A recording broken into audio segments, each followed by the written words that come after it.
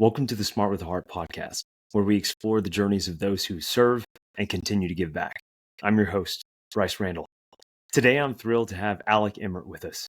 Alec is the CEO of Service to Schools, an organization dedicated to helping veterans transition to top-tier educational institutions.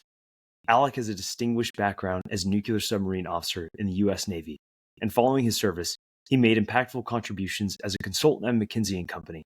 He is also the author of a book that I wish I read, Breaking Business School, the Savvy Veteran's 10-Step Guide to MBA Success. He holds a Bachelor of Science from the U.S. Naval Academy, a Master of Science from Georgetown University, and an MBA from the Wharton School of Business.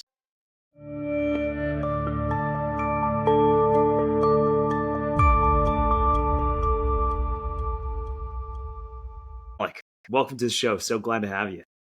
Great to be here. Awesome. Yeah.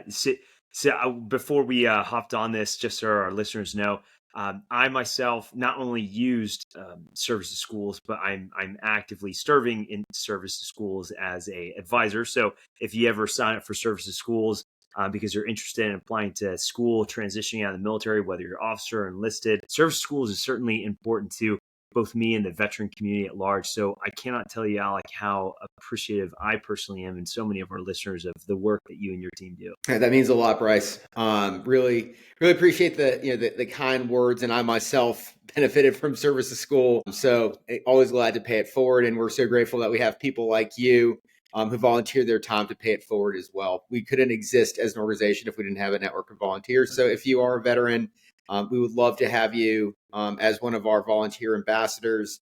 You don't have to have gone to grad school, and in many cases, in my personal case, before I went to business school, I worked as an undergraduate ambassador, helping enlisted veterans get into undergrad, basically college. And all you really need is an ability to write and articulate your military service and show how that can make you an asset to a college campus, which I think we all can do. So we would love to have more ambassadors, especially on the undergraduate side. No, it's great. And this is definitely a place to make that plug because it's certainly important. And we're, both Smart with a Heart and Service to Schools, we're both trying to do the same thing mission wise. And that's help individuals from minority backgrounds, specifically even veterans, to transition into higher education.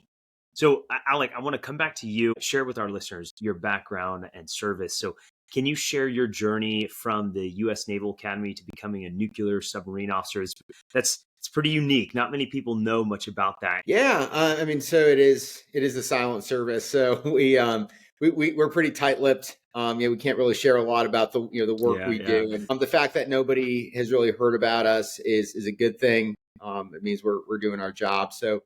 Yeah, for me, I actually had an experience on my submarine that really motivated me to get into mentorship. Where I was working with one of my enlisted sailors who was very, very bright. Some of the smartest people you'll meet on the enlisted side are submariners, and in many cases, I personally felt that they were. The vast majority of the crew was well smarter than I am. So in my case, I was very glad to help them succeed in any way I could.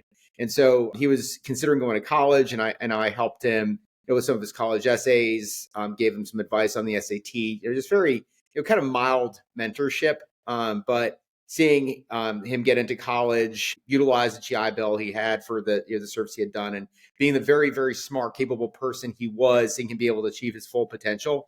To me, really motivated me, made me want to continue to pay it forward. And that's, I discovered Service to School when I was pursuing a master's degree at Georgetown. I was getting a master's of science in finance through the McDonough School of Business. It's another fantastic program, which I'll give a quick plug for. But Service to School had an event on campus. I just kind of happened into it, found out about the organization. Started mentoring enlisted vets for undergraduate college admissions, and the rest is history. Wow. Okay. So you've developed this passion for mentoring, especially people like who wanted to go better themselves through education. And you learned that while you were in the military. So you briefly mentioned you were introduced to the Service to Schools organization while you were already in school. Was that correct? You were already at Georgetown at the time? Yes, yes, yeah. So I was pursuing that master's degree, and the service school had an event there. I mean, this is back. I want to say it was like 2015. But General Petraeus was there speaking, and I just heard about it kind of through the grapevine because I was part of the veterans at Georgetown, student veterans at Georgetown organization, and the rest is history. I learned about the mission, and I just wanted to help out in any way I could. So I got paired with a few enlisted applicants, and then it really just got almost addictive. Just seeing the success that people had made me just want to keep doing it more and more. So watching these young veterans fully realize their potential, getting into these top schools, doing very well after graduation was just something that I got very excited about. And everyone made me want to every success made me just want to work with more people and have more successes like that. Yeah, and services schools definitely, brings together people who get such immense gratification out of helping others achieve incredible goals. I think that's absolutely amazing. Again, going back, you were at this university. Were you still active at the time, or did you already get out and Uh, transition out of the military? I was not active. So I got out, and the master's in science is a master's in science and finance program. And so it's hybrid, but it's predominantly online. And the GI Bill covered it 100%. So for me, I was really looking to, like, I had just mobilized from the reserves. I found out about it while I was deployed. And, I went through it. It was like a remote interview and all that. So I went through the whole application process while I was overseas, was able to get in. And for me, I was really trying to improve like my quantitative chops, like understand how business worked. So I just didn't really understand finance. And it's not, when you hear like a master's of science in finance, you think about working on Wall Street or something like that, but it's really like every aspect of finance, and money is kind of the fuel that runs every business. So no matter what role you have to understand, key concepts, like accounting and, corporate, basically like the corporate finance fundamentals, what like a net present value is, things like that, how to adequately assess the value of an investment, whether it be, a financial investment in a market or buying a piece of equipment, so you can understand like how it'll improve your business and then the depreciation will impact it. So very long-winded answer there about why I wanted to understand finance, and that's what got me into the Master's in Science and Finance program at Georgetown. And so that's that. Absolutely amazing. So you did a master's in finance at Georgetown. And was that in preparation to then apply to business school, or was that what you were interested at the time and then the business school became a reality for you at a later time? It was a little bit of both. So the thing with the Masters in Finance was I wanted to kind of dip my toes in the in business higher education, and the program was very rigorous, but it was there was very little cost to it, right? Because it was free with my GI Bill, and then from a opportunity cost perspective, it was part time and online, so I didn't have to quit my job or anything like that. So I was learning at night from my Georgetown program, and then during the day, I was working for Booz Allen Hamilton, doing basically federal contracts, federal contract work. So I was kind of learning, having left the military, learning on both ends, and then that kind of whetted my appetite to dig deeper in business and then pursue the MBA. Okay, so from the program, you decided to pursue the MBA, and this is where Smart with the Heart stepped in. The fees came Yep. in and became part of your GRE preparation. Yeah, so did some googling. So I was at Georgetown. I was kind of halfway through the program. I was living in DC, and I was just really pumped about just digging deeper into the business landscape. And like, cause I love the finance side of things, but I wanted to kind of see what else was out there. Get kind of like the more immersive program, and so did some googling. Found Smart, or rather at the time, Sherpa Prep. They got the best reviews, and they had the lowest price and the best reviews in DC. And they were beating out competitors in terms of reviews and feedback. Your big players like your Manhattan Preps, your Kaplan's, etc. And they were much cheaper, or substantially cheaper, and and we're getting better reviews. So for me, it seemed like a no-brainer to go for it. So yeah, I signed up for Sherpa Prep and met Nafeez, and the rest is history. Just so our listeners know, Sherpa Prep is our, basically our parent company. Everything that Smart with Heart offers is from Sherpa Prep. So Jay and Nafeez, the founders of Sherpa Prep, they are also part of Smart with Heart. They provide that one-on-one boutique consulting and advisory services that you get a part of the Smart with Heart package. They develop all the courses, the content, the books, the problem sets, the tests that are offered through Smart with Heart. And again, Smart with Heart, we do operate at cost. I just learned this today, talking to one of our board members.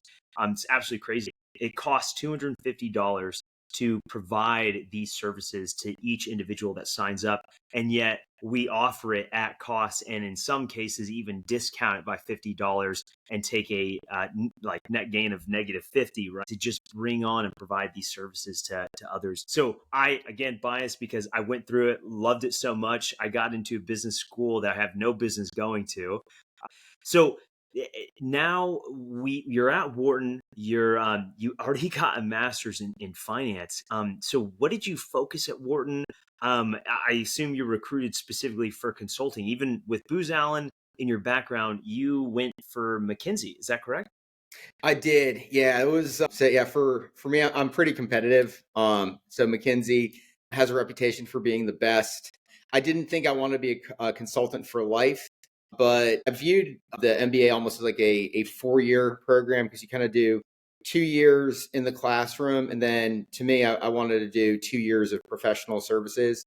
Kind of in a corporate setting, to learn the ropes a little bit more and have a better understanding of a more practical understanding of the business landscape. So I felt like the best way to do it was at a top tier consulting firm, and McKinsey is obviously got the biggest reputation. So we've had some competitive people, and so I went for the most competitive one, and through support of a lot of people, I was able to get it. And kind of like the key difference between Booz Allen and McKinsey is the type of work you do. At Booz Allen, it's 90+% federal work. So in my case, I actually did over half my time there internationally, and but those were on U.S. State Department contracts. I did, so essentially I was doing U.S. government work overseas, or work representing the U.S. government overseas. Whereas with McKinsey, it's reversed. There is public sector work there, but it's much less frequent. It's harder to get, and the bulk of it is kind of your standard Fortune 500 type work. And while I was there, I ended up specializing in private equity. So did that for a couple of years, and then the opportunity for services school popped up, and a friend of mine, Brendan Aronson, just give him a little plug here. He was a classmate of mine at Wharton, and he reached out. He was also the director of MBA ops at Services School, and he reached out to me to see if I would be at all interested in taking on the role of CEO, because at the time the previous CEO was looking to move on and go on to find some other challenges. And I was like, yeah, I'm in. Count me in 100%. So got the couple years of management consulting, business school, all that in my back pocket, and now I'm just doing what I'm super passionate about. So while you were working for them, you found out about this opportunity. A friend of yours kind of asked you to come in and check it out, and here you are now as a CEO of Service to Schools. Can you share a little bit about your book, and like when you wrote it? Did you write it recently? And who did you intentionally design that book? So at a high level, I'll answer the last question first. So I wrote the book. The book was designed for me when I got out of the military, right? Like this, I was like, what do I wish I could tell past me about the journey I'm about to go on? So I took it from that perspective, and I wrote it during COVID. COVID had happened. It was like March, and I graduated from Wharton in the May of 2020. So it was like spring break. Everything shut down. We couldn't leave our houses. We all remember COVID, where it was crazy. You're just sitting around all the time. And so we all kind of came up with hobbies, and I just had the idea to just start collecting all the lessons I had learned, and putting them in a book. and then using that, to share with my fellow veterans. So I just started out. I was like, all right, so let's break this process down from step 1 to 10. Like, you start getting the idea that you want to go to business school. You see something online. You say, this military thing isn't for me. I want to get out and see what else the world has to offer. That thought crosses your mind. That is like the very beginning of the book, and then it takes you through to graduation. And the intent is to give an honest perspective about what types of jobs you can get from a business school, the value of it, the costs of that MBA, the value of the GI Bill, all that information there, how to pick a school, like what you should be prioritizing, and what you get by going to a particular school. So, for example, we talk, the M7. For your listeners who aren't familiar, those are kind of informally like the most competitive business schools out there, and that's let's see if my memory serves. So that's your Harvard, Wharton, Stanford, MIT, Kellogg, Chicago, and Columbia. I think I got all of them. But so those are like kind of your most competitive ones. But the bottom line is, if you're not trying to get a very, very, I guess, highly selective job in like high finance or something like that, going for a cheaper option, especially if you don't have 100% of the GI Bill, going to state school, for example, might be better. The value of a particular location, and then really how to best understand your competitiveness as a veteran. Because just being transparent for our listeners, when you look at school averages, many especially for like GREs, GMATs, GPAs, etc., you're as a veteran, we typically are slightly below. Our average is slightly below the school average. So understanding that you shouldn't self-select out just because you might not be up to a particular school standard. As a veteran, you will get some breaks. So want to convey that. And then just going through the whole process, how to write your application, how to study for your standardized tests, and then how to succeed at school. So that's kind of the book in a nutshell. It's free on Kindle. That's by design. I want that information to be out there, and I want it to be really accessible. But due to the costs of printing paper books, if you want to buy a paper copy, unfortunately, it's $10. So I'll make a little profit there.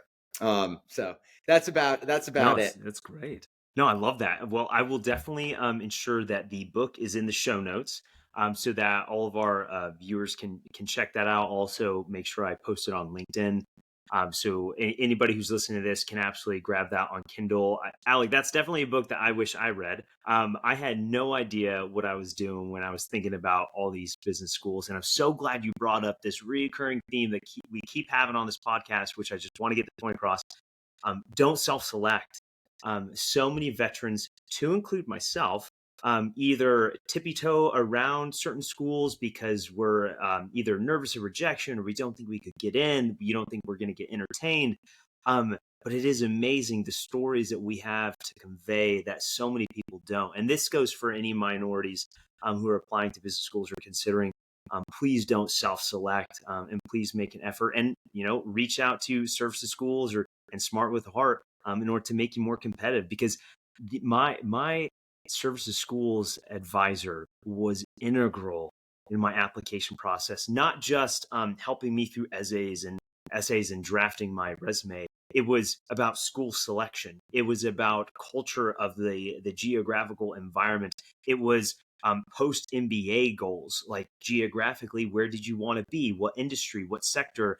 Basically, came up with the specific schools I was going to apply to in this round and the next round.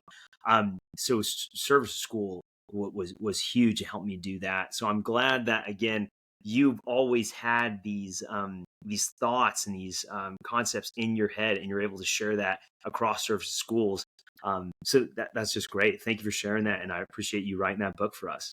Oh yeah, and to your point there about the factors to consider, I think it's also it's a really good topic for your audience, because I think there's three main ones to look at when you're selecting your school. The first one is, what career do you want to get into? The second one is, where do you want to live? And then the third one is, how much you're willing to pay. And so when you're talking about a career, if you're like, my top priority is getting into investment banking. Okay, like that, I don't care where I live. I don't care how much I have to pay for the school. I want to be an investment banker.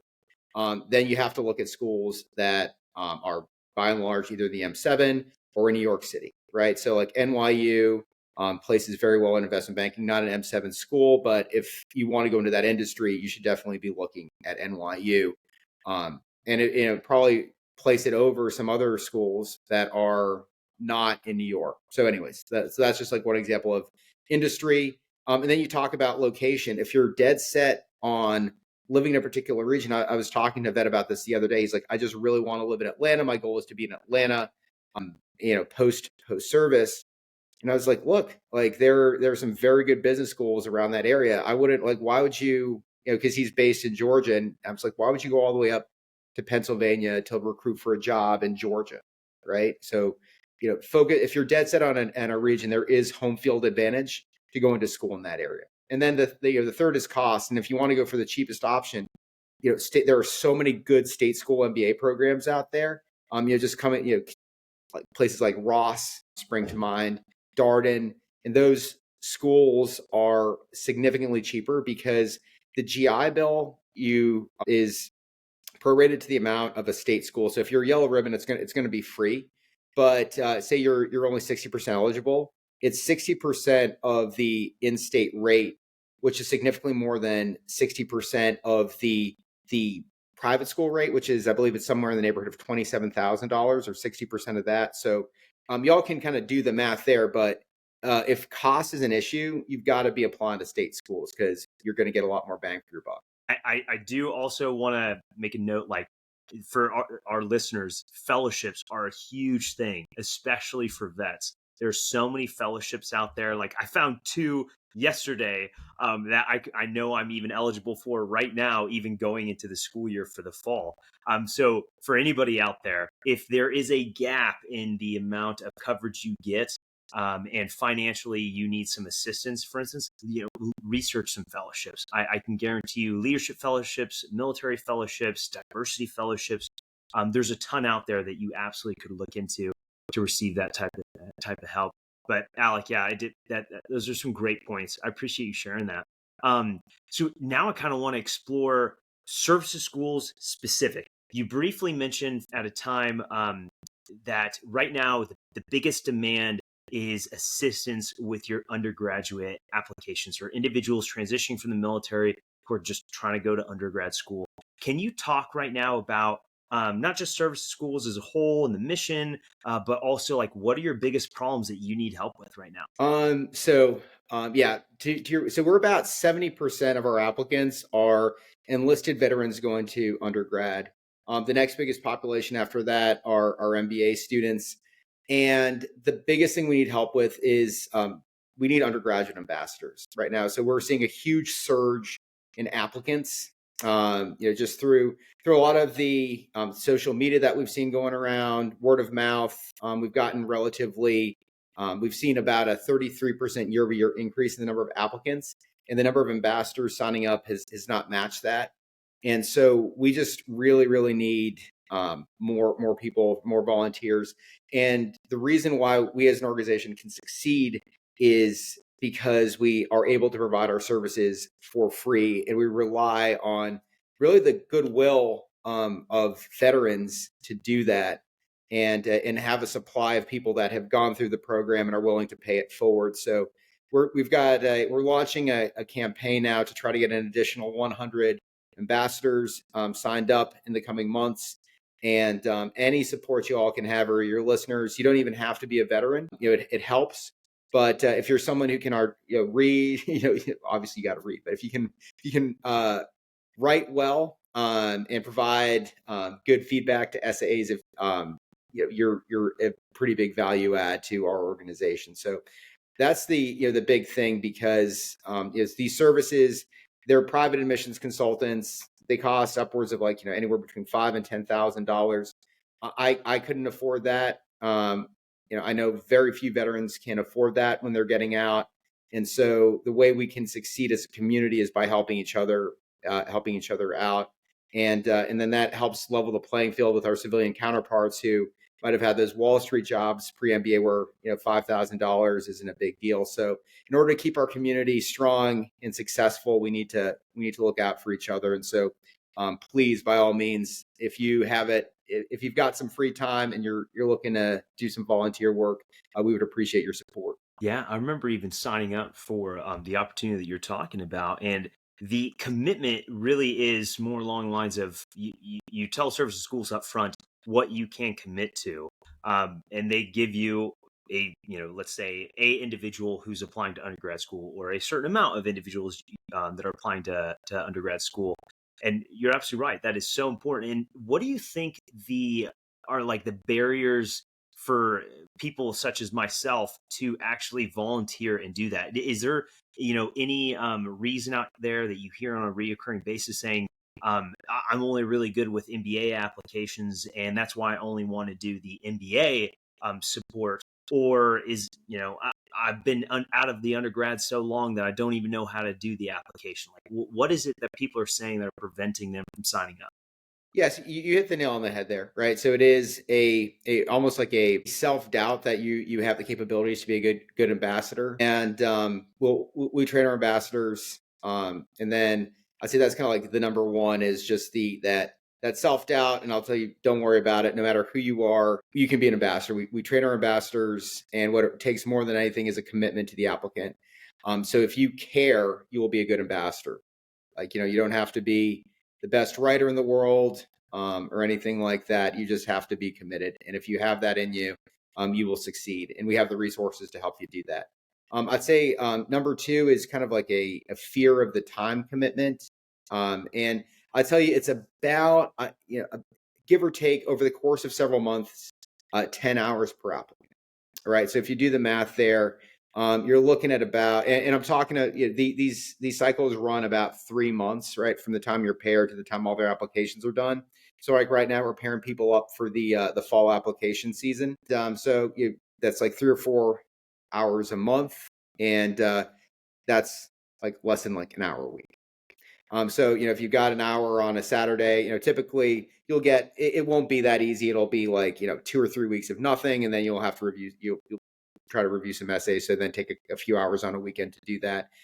So that's really kind of how it goes. And then it's so if you've got 10 hours to spare over the course of 3 months, you can mentor one applicant. So and then it's just kind of a factor of that. If you got 30 hours to spare over 3 months, you can do three. And so the more applicants you can support, obviously, the better. But we don't want you to degrade the quality of support you provide. We'd rather you support one applicant well than two applicants mediocrely. Yeah. Okay. No, it's great. Alec, can people who are non-veterans volunteer in this capacity? Yep. Yeah, like we have a training program for our ambassadors. So if you sign up to ambassador, you go through an onboarding training session. It typically it does help obviously to have military experience, so you can help translate things that veterans have done. But again, it really comes down to just that commitment. Like if you're committed to working with someone, to helping them translate their story into an impactful way, and honestly, I might say that even being a non-veteran could be even more helpful because the people who are reading your applications are non-veterans. And so if you can make your application make sense to a non-veteran who's your ambassador, then you're already one step ahead of the game and making it make sense to an admissions official. So yes, there might be a little bit of a steeper learning curve in terms of understanding like what military service entails and like some of the jargon and things like that. But I've no doubt that if you're a non-veteran and you're committed to helping out our veterans, you'd be fantastic. Great. I just want to make sure that people heard that and knew that they also could volunteer, because who knows? I'm hoping that there are more than just vets even listening to this podcast. So, Alec, we back to your GMAT test prep and working with the fees and whatnot. Is there anything that you kind of wanted to share about your personal experience? What you felt was like super special about working with Sherpa Prep, Smart with Heart? Anything that you want to share at all? Oh yeah. So like where do I start? How much we've been talking for a while, so I'll try to keep it. I could go on for about an hour about this, but so the bottom line is there's like when I recommend Smart with a Heart to every vet I talk to because I personally had experience with Sherpa Prep, which is they're one and the same, and Nafees. And when I describe Nafees to people, it's one of two um, yeah, phrases come. It's either he's the goat or he's Yoda, like one of the two. He's the goat of test prep, or he's like the Yoda of test prep. Like ability to break down those concepts, which when you look at those, like we've all kind of been there when we first crack open that GMAT prep book or that GRE prep book, especially in the math section, you're just like, what is this? How am I ever going to learn this? Even though it's only like whatever high school algebra is supposed to be, it is just so convoluted and confusing. But his ability to kind of break that down, make it digestible, make it easy to understand and master in a relatively short amount of time, I found is really second to none. So he is just the best out there. And then on top of that, he's just an incredible human being. Like you've seen with the work he's done with Smart with a Heart to make test prep accessible to less advantaged populations. And then his commitment, like he'd take so much time, after class if I had questions for him, because I did a group class in the old days where we all went to this one little classroom above a bookstore in DuPont Circle. But now it's all online. But in those days, like we'd have a break. He's like, how do you do this? And he would always just take the time to talk and break it down. And so his ability was instrumental in my success. And I mean, I think I just have to kind of quantify this for your listeners. So I'm far from a genius. I had a 2.85 GPA as a English major at the Naval Academy. So the English degree at the Naval Academy is not particularly rigorous. I'm being very, very transparent about that. So I was not a great student. I struggled my way through. Yes, I was a nuke, but I was not a very smart nuke. I barely made it through nuke school. I struggled my way through there. So I do not have a great academic aptitude. So I showed up there. I think I started with a 610 on the GMAT. And Nafis took this 2.85 English major from the Naval Academy from a 610 to a 750 over the course of, I'd say, about 3 months. So that's kind of a testament to his ability, the program he set forward. So it's just really second to none. And I'm just like one of many stories. Like I've talked to so many people who've had a similar experience, and how his capability to teach. And again, I'm just going to talk about his ability to teach, break down these concepts into a way that even a meathead like myself can use to get a top score is second to none. So he is Yoda. He is the GOAT. You should go to Nafis for all your GMAT/GRE questions. That is amazing. That is a insane improvement. I'm so glad that you were able to connect with him, because who knows, like if you weren't able to get up your score getting into the Wharton Business School, that would have been exceedingly more difficult. So it's quite a blessing. Yeah, I would not have gotten into Wharton had it not been for Nafis. And then basically like everything, like one win leads to another win, et cetera. And had I not got that score because of Nafis, I likely would not have gotten into Wharton. And then essentially everything that's happened since then likely would not have happened. So almost all of the success I've had recently, I owe to Nafis's teaching ability. And it's funny how like one test can change your life, but it really can. And the thing about the GMAT and the GRE is that they're really an equalizer. And veterans, I think fear these tests, but we really shouldn't. We should view them as opportunities. And I'm kind of living proof of that, because these tests don't measure your intelligence or your academic ability or anything like that. The only thing they measure is your ability to do the test. And the more reps you get, the harder you work at it, the better your score will be. And if you get quality coaching on it, like you can get from Nafis with Smart with a Heart, you will invariably get a high score if you put the time in. And so that one score will forgive so many past sins, like, I don't know, a 2.85 GPA as an English major at the Naval Academy. So look at these tests as an opportunity, and Smart with a Heart is a facilitator for that. Awesome. Alec, thank you so much for sharing that.